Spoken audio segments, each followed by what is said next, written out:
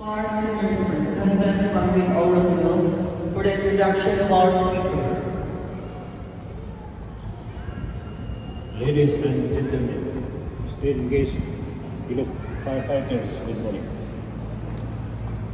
It is my great honor and privilege to introduce to you a woman who is a true trailblazer in public and uniformed service.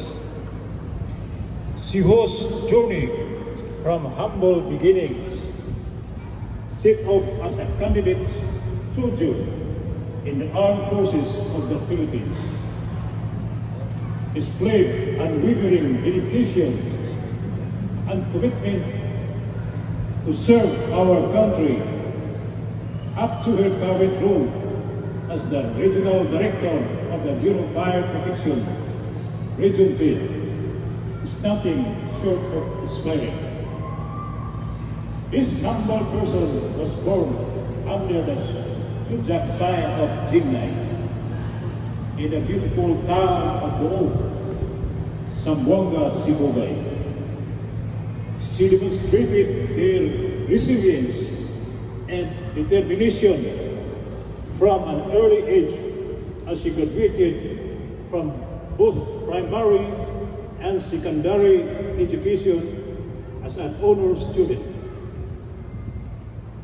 These achievements continued as she went to college and pursued her academic endeavors at Mindanao State University, earning a Bachelor of Science in philosophy in 1990 as a government scholar. Following her graduation, she embarked on a career in public service, joining the AFP as a candidate soldier in 1992 under the Philippine Navy Women Auxiliary Corps. Her passion for service and leadership led her to enter the Philippine National Police Academy, where she became a cadet in 1994 and graduated as Fire Inspector in 1996 under Class Kaanaba. To continually improve her quality of public service, she later completed not just but 2 master's degrees, namely Master in Management and Public Administration at Philippine Christian University in 2012 and Master in Public Safety Administration at the National Police College in 2018. Throughout her career in fire service, she has held various administrative roles and excelled in leadership and management. She has also held positions in the national headquarters. Prior to her appointment as the regional director of this region, she was the director for human resource development, where she demonstrated her exceptional leadership skills, strategic vision, and tireless work ethic that not only transformed the Bureau of Fire Protection as a whole, but also inspired countless others to follow in her footsteps. She is also a multi-awarded leader, most especially in the field of public service, particularly in law enforcement, national security, and administration. One of the Lacan Mysteries awardees year 2023, honored by the Philippine National Police Academy Alumni Association Incorporated, represent distinguished leaders from various public safety institutions, such as the Bureau of Jail Management and Criminology, the Bureau of Fire Protection, and the Philippine National Police. In addition, this year, 2024, she bagged another award as Outstanding women in law enforcement and national security, and is recognized for her contribution to national security and law enforcement. This woman served as trailblazer in traditionally male-dominated field, demonstrating outstanding leadership, dedication, and expertise in various capacities. This award highlights her commitment to protect the nation and ensure public safety, while also inspiring future generations to follow in her footsteps. This mention, characteristics and values earn the respect and admiration of her peers and the communities she has served. Indeed, this outstanding contribution to the Bureau of Fire Protection have left an indelible mark on the organization and the people it serves. Ladies and gentlemen, it is a great pride and an admiration that I present to you our esteemed Regional Director of the Bureau of Fire Protection, Region 10. Please join me in giving her a well-deserved round of applause. Fire Chief Superintendent Alma Guan Kabatay, ma'am.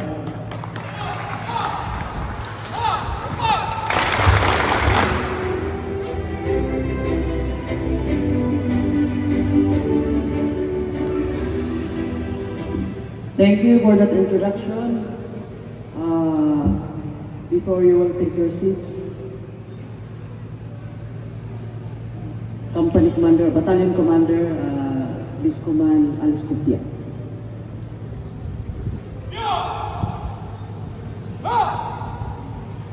You may take your seats, please. Ladies and gentlemen, good morning to all of you. So today, we mark the end of your recruit orientation program and the beginning of your journey as full-fledged members of the Bureau of Fire Protection.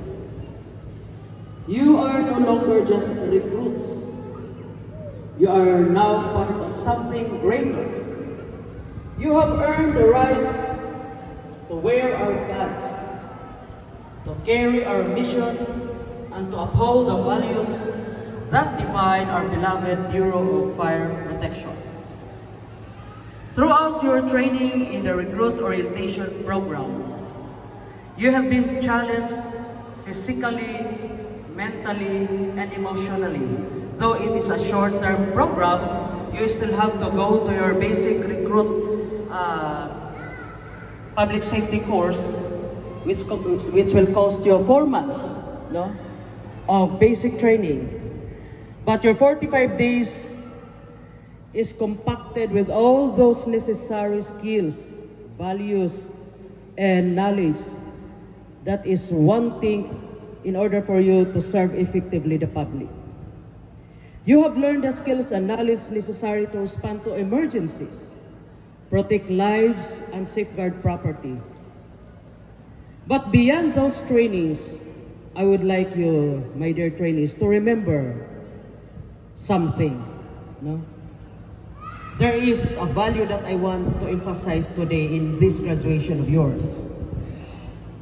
I want you to think of LRT. No?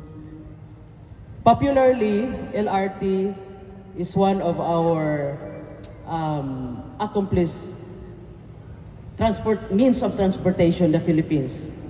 No, ito ay tinatawag nating light rail transit. Ito ang favorite na sasakyan ko because, you know why? Wala siyang reverse. Some trains ay may reverse, pero ang ating LRT ay wala. Pwede ring MRT, wala din yon. Palagi yung moving forward, no? Walang reverse. Hindi siya umaatras, palaging moving forward. It only takes the driver to transfer to the other side pag siya ay babalik na. So yun na naman ang front. And I want you to think that way because you are the young generation, no? The generation of today who will handle the Bureau of Fire Protection as an organization to its greater height. No? So that, on that note, I would like to give another meaning to LRT. One is loyalty. L, which will stand for loyalty. Well, there is not much to explain about loyalty because you have that already at the core of your being. In your heart of hearts, you already memorize what is the meaning of loyalty. But let me expand that a little, no? Loyalty is an ethical and moral obligation we have to God and to our country. In the book of Romans, we dispense to our Muslim brothers and sisters. I know they also have the same equivalent, but I don't have the ano lang to scan, obviously, because hindi naman ako Muslim. But for the Christians, in the books of Romans chapter 13, I would like to read to you in Tagalog para magkaintindihan tayo. Ang bawat tao ay dapat pasakop sa mga pinuno ng pamahalaan, sapagkat walang pamahalaang hindi mula sa Diyos. At ang Diyos ang nagtatag ng mga pamahalaang umiiral. Kaya nga, ang lumalaban sa pamahalaan ay lumalaban sa itinilaga ng Diyos at sila'y nararapat sa parusa. Ang mga pinuno ay hindi dapat katakutan ng taong gumagawa ng mabuti. Ang mga gumagawa lamang ng masama ang dapat matakot. Kung ayaw mong matakot sa mga namumuno, gumawa ka ng mabuti at pararangalan kanila. Very clear instruction from our holy scriptures. We have to show loyalty, or its equivalent synonymous term, respect, and in its deeper sense, love. No? You cannot have any loyalty if you don't have love in your heart. Do not tell me that you're a hardened person now, but in the bottom line of all our existence, love is the most important and most powerful thing of all. You cannot serve the public if you don't have love in your heart. You would only sound an empty gongs.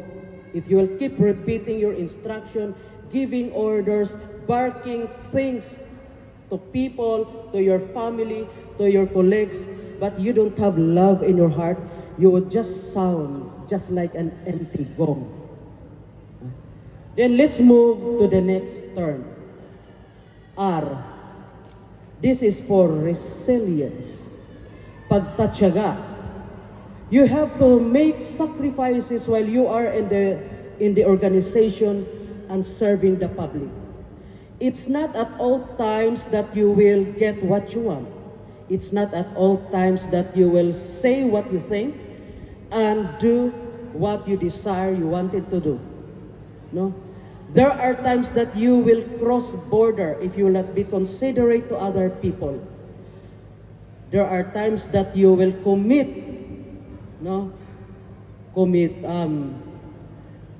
wrongful things if you will just follow what your heart and your mind desires. You're not the only person in this world, so you have to continue serving while sacrificing something that is in you.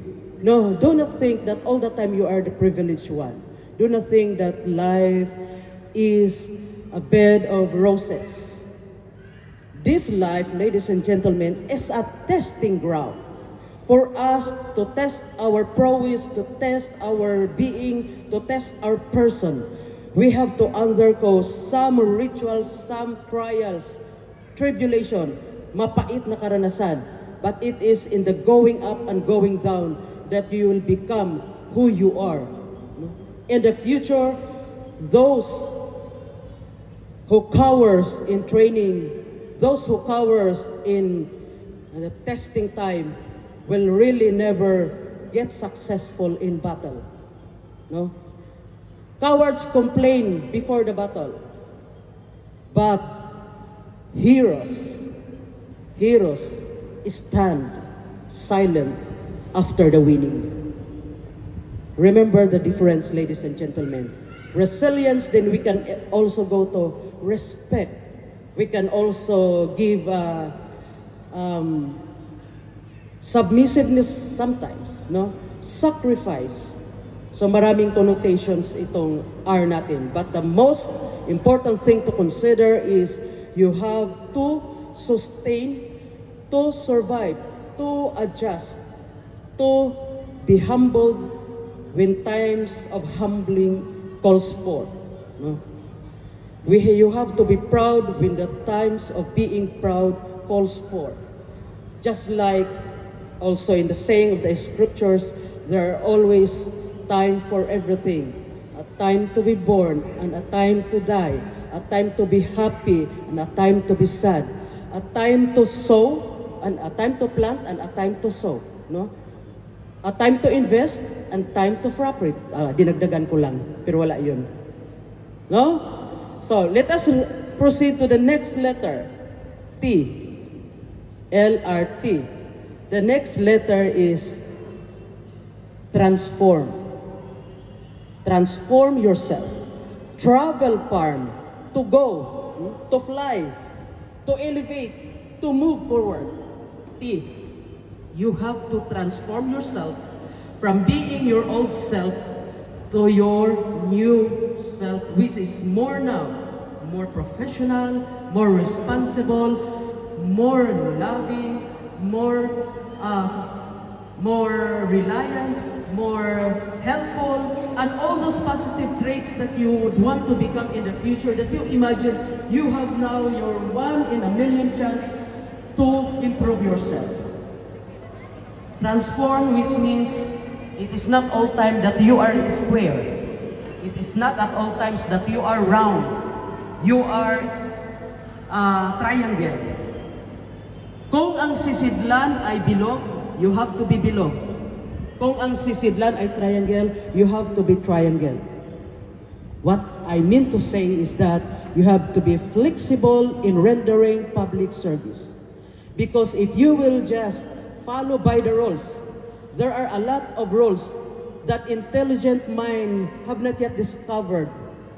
Because most of the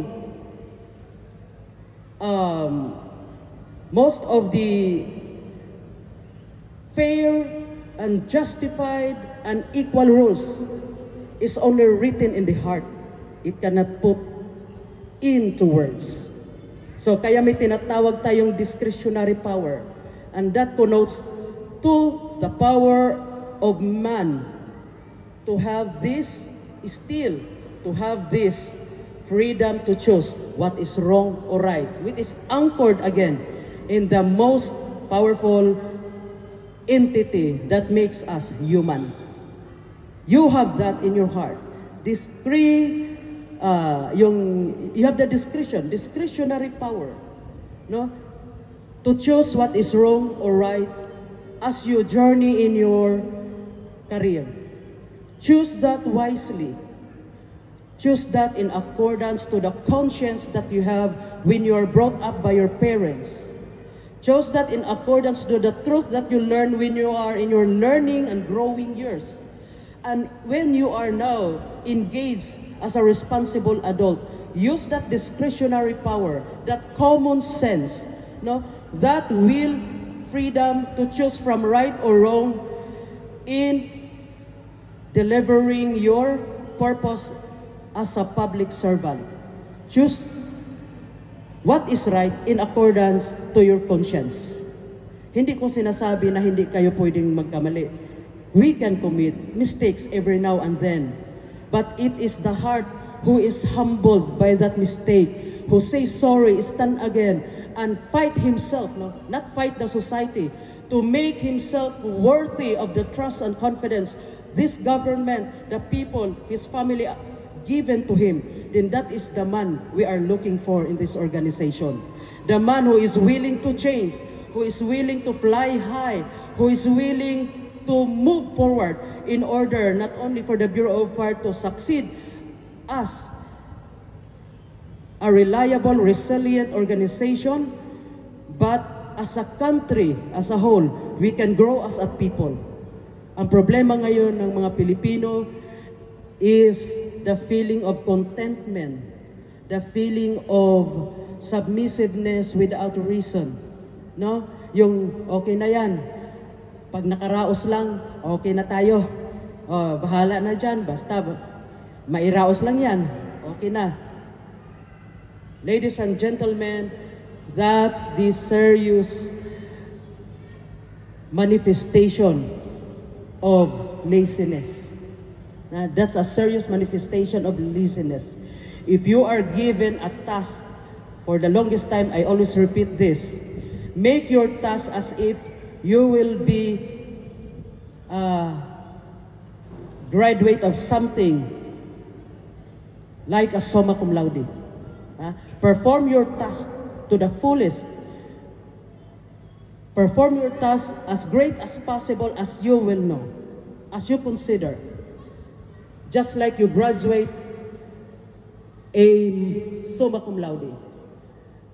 Sino bang matutuwa yung gagraduate ka na summa cum laude kaysa pasang-awa lang? Although sa atin, sa uniform, we have this practice. Pinapalakpakan yung goat. Goat ang tawag dyan sa amin. For those who don't know yet, no, sa mga civilians, meron kami tinatawag na goat. Yung last in the class, no? Yung nakapasa pero pinakahuli siya. Goat ang tawag doon, yun ang pinapalakpakan.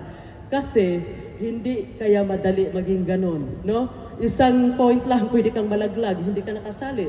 So, isang point up, hindi ka na rin goat. No, so mahirap i-maintain yung pinaka-last man in the academics and non-academics competition. Tawag namin doon goat. Pinapalakpakan yun for your for your determination to keep up with the group, to become one of these successful graduates today. Pero ladies and gentlemen, do not undermine them. In the Philippine Military Academy, there was a goat who became I think he was a senator of the Republic of the Philippines. No? So, hindi ko na pangalanan, but during his time, we salute him of his leadership, management, and intellect. Hindi rin sila basta-basta.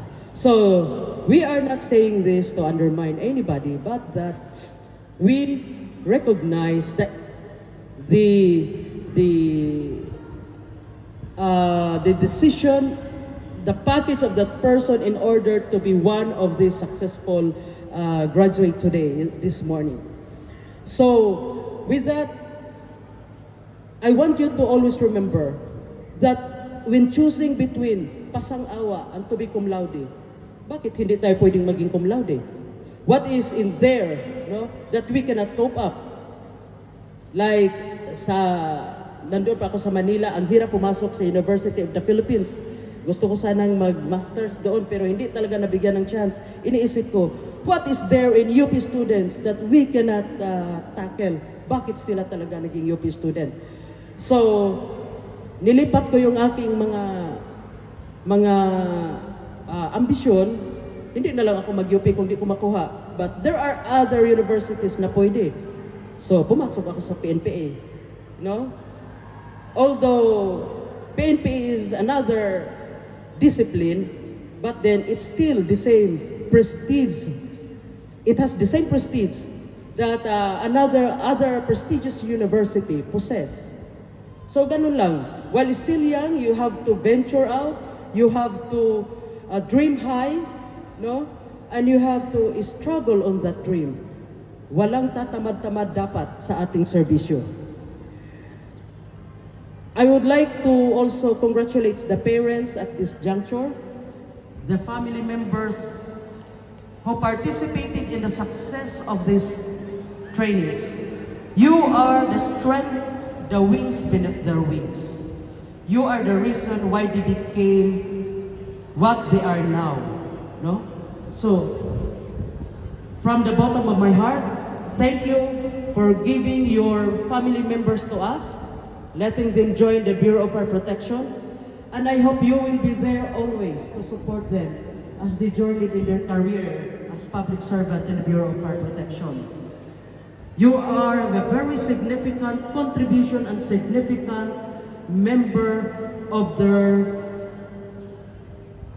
person. Kung wala kayo, hindi sila buo. So I hope you will continue to move them to the summit of their career, to the apex of their ambition. You will be there always with them. With that, we can expect siguro, no, that our country will be leading to another direction if we will encourage our young leaders, our students, our young generation to always do the best that they can be.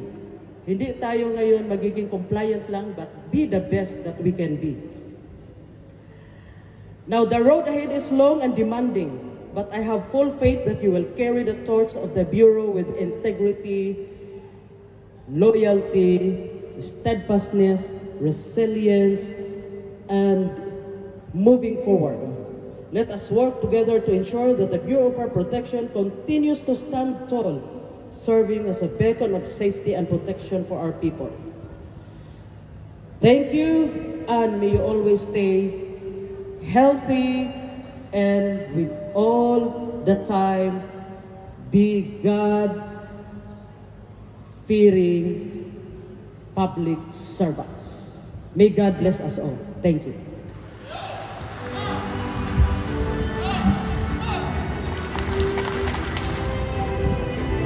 Thank you for that very inspirational message, Mom.